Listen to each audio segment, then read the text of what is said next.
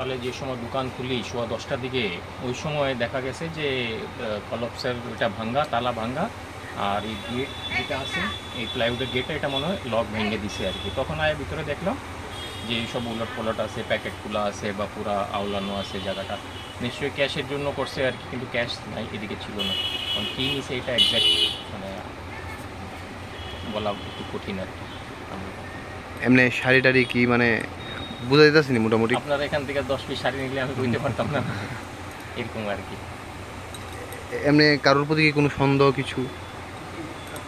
তো সন্দেহ নাই, কারো সন্দেহ বা এইসব। এগুলো চুরি আগেও হয়েছে, এই আমরা পাশের দোকানে, মোবাইলের দোকানে প্রায় 2-3 বার চুরি হয়েছে, পাশের দোকানেও চুরি হয়েছে। এদিকে পিছন দিকে একটা ইজি এন্ট্রেন্স আছে আর কি, ওইখান থেকেই ওয়াল টপকায়া ঢুকতে পারে আর ইজিলি মানে ভাঙতে পারে আর কি, যেগুলি পিছন থেকে নিতে পারে। মালিকের নাম দোকান আপনার? এটা তো ভাড়ার জায়গা আছে, আমি আছি এটার proprietor Anjay Kumar Jain. Anjay Kumar, thank you.